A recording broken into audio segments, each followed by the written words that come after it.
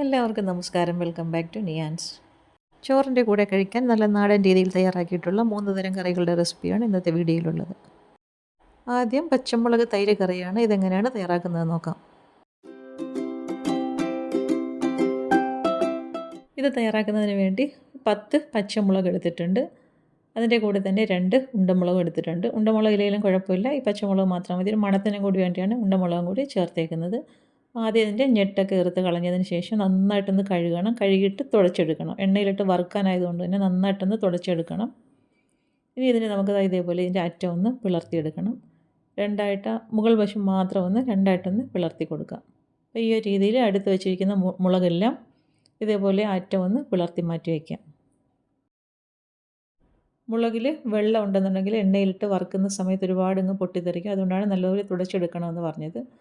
ഈ ഒരു രീതിയിൽ എല്ലാം ഒന്ന് അറ്റം പിളർത്തി എടുത്ത് വയ്ക്കാം. ഇനി വേണ്ടത് തൈരാണ്. അപ്പോൾ 1 കപ്പ് തൈര് ഇതേപോലെ ഒരു പാത്രത്തിലേക്ക് ഒഴിച്ചു കൊടുക്കാം. അതിലേക്ക് ആവശ്യത്തിനുള്ള ഉപ്പും കൂടെ ചേർത്ത് കൊടുക്കാം. ഉപ്പ് ഇട്ട് കൊടുത്ത് തൈര് നല്ലതുപോലെ ഒന്ന് ഉടച്ചെടുക്കണം. ഒരുപാട് കട്ട തൈര് വേണ്ട. ഇതേപോലെ ഒന്ന് നന്നായിട്ട് സ്പൂൺ കൊണ്ടൊന്ന് ഉടച്ചെടുക്കാം. തൈരിലേക്ക് വെള്ളം ഒട്ടും നമ്മൾ ചേർത്ത് കൊടുക്കുന്നില്ല. അപ്പോൾ ഈ ഒരു രീതിയിൽ നന്നായിട്ട് ഉടച്ചെടുത്ത് മാറ്റി വെച്ചിട്ടുണ്ട്. ഇനി കറി വയ്ക്കാനുള്ള ചട്ടിയിലേക്ക് കുറച്ച് വെളിച്ചെണ്ണ ഒഴിച്ചു കൊടുത്തതിന് ശേഷം പച്ചമുളക് ഇട്ട് കൊടുത്തൊന്ന് വറുത്തെടുക്കണം. ഞാൻ ഫോൺ വെച്ചപ്പോൾ ഫ്രെയിം ഇത്തിരി ഒന്ന് മാറിപ്പോയി. അപ്പോൾ ഈ ഒരു രീതിയിൽ നന്നായിട്ടൊന്ന് വറുത്തെടുക്കണം. അപ്പോൾ കളറൊക്കെ ഒന്ന് മാറി വരണം. ആ ഒരു സമയത്ത് എണ്ണയിൽ നിന്നും കോരി മാറ്റാം. എന്നിട്ട് നമ്മൾ നേരത്തെ തയ്യാറാക്കി വെച്ചിരിക്കുന്ന തൈരിലേക്ക് ഈ മുളക് ഇട്ട് കൊടുക്കാം. ഇട്ട് കൊടുത്തതിന് ശേഷം നന്നായിട്ടൊന്ന് ഡിപ്പ് ചെയ്ത് വയ്ക്കണം. മുളക് തൈരിലേക്ക് നന്നായിട്ടൊന്ന് താഴ്ത്തി വെച്ച് കൊടുക്കാം. അപ്പം മുളക് കളറ് മാറി വെളുത്തൊരു കളറൊക്കെ ആവത്തില്ലേ, ആ ഒരു സമയമാണ് നമ്മൾ എണ്ണയിൽ നിന്നും കോരി മാറ്റേണ്ടത്.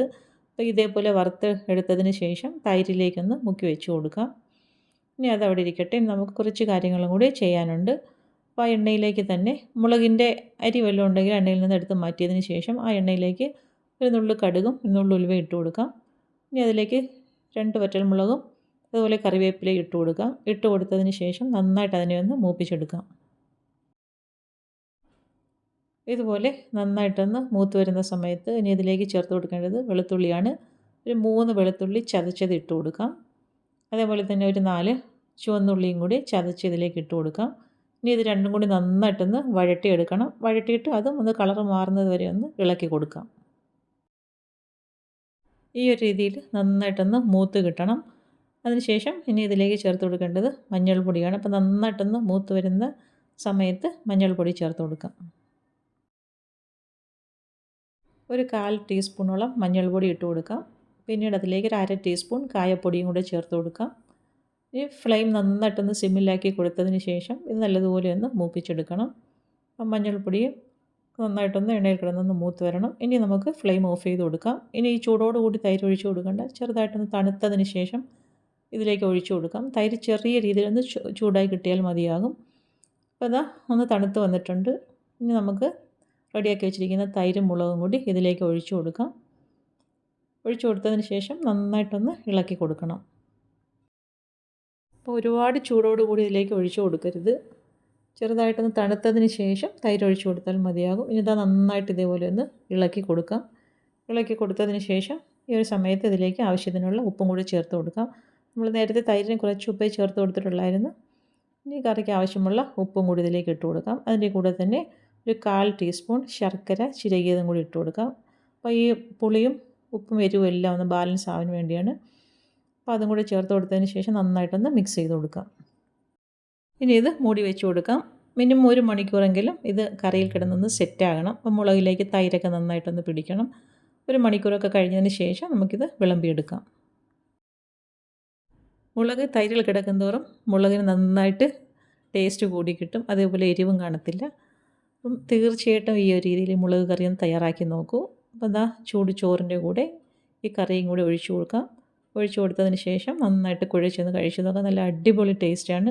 വേറെ കറികളുടെ ഒന്നും ഒരു ആവശ്യമില്ല. അപ്പോൾ ഈ ഒരു രീതിയിൽ തീർച്ചയായിട്ടും ഈ ഒരു കറി ഇങ്ങനെയൊന്ന് തയ്യാറാക്കി നോക്കൂ. ഇത് കാണുമ്പോൾ തന്നെ അറിയാമല്ലോ എത്രത്തോളം ടേസ്റ്റി ആയിരിക്കും എന്നുള്ളത്.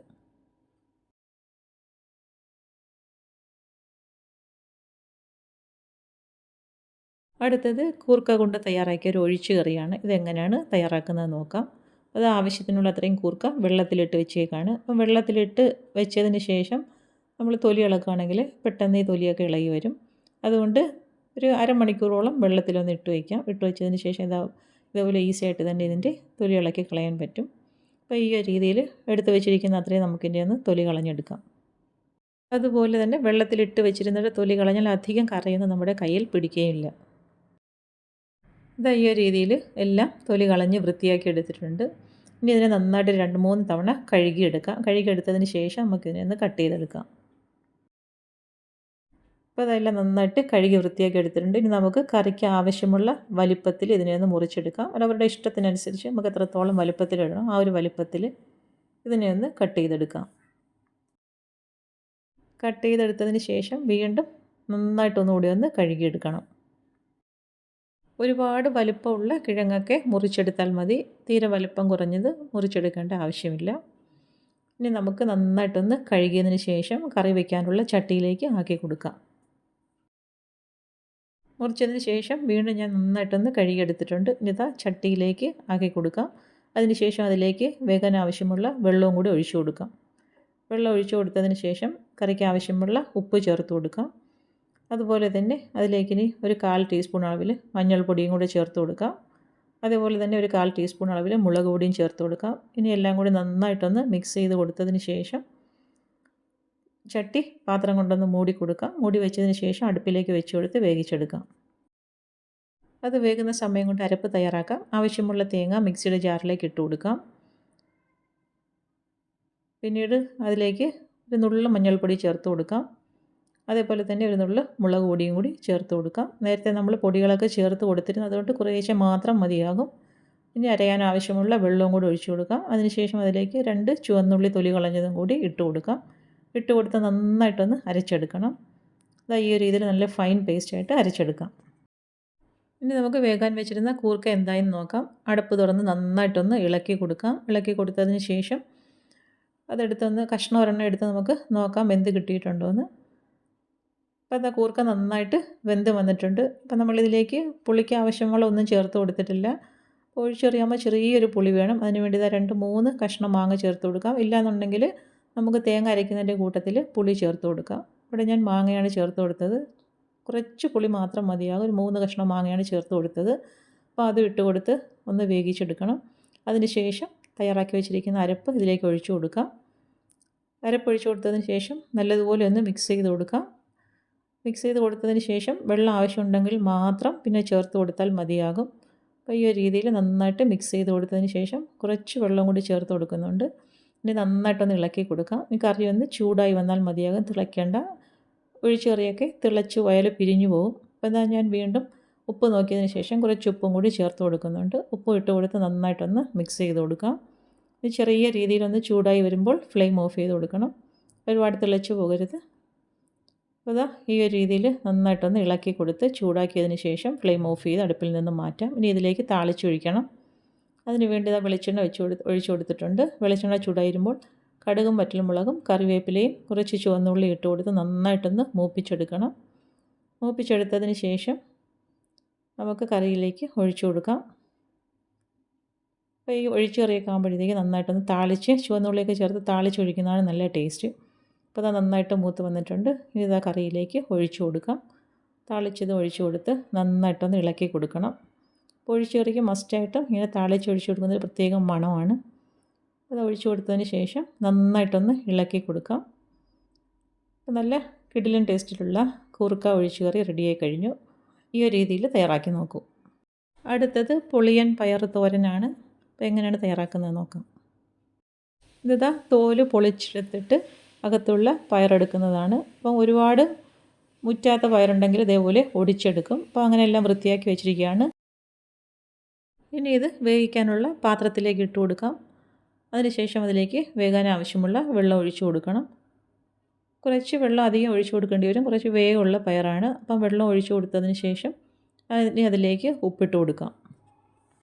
ഉപ്പിട്ട് കൊടുത്ത് നല്ലതുപോലെ ഒന്ന് മിക്സ് ചെയ്ത് കൊടുത്തതിന് ശേഷം പാത്രം മൂടി വെച്ച് അടുപ്പിലേക്ക് വെച്ച് കൊടുത്ത് വേവിച്ചെടുക്കാം.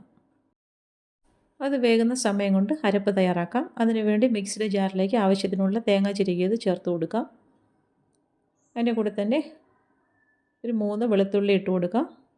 പിന്നെ എരിവിന് ആവശ്യമുള്ളൊരു പച്ചമുളകും കൂടി ചേർത്ത് കൊടുക്കാം. പിന്നീട് അതിലേക്ക് ഒരു 1/4 ടീസ്പൂൺ ജീരകവും 1/4 ടീസ്പൂൺ മഞ്ഞൾ പൊടിയും കൂടി ചേർത്ത് കൊടുത്തതിന് ശേഷം ഒന്ന് ചതച്ചെടുക്കാം.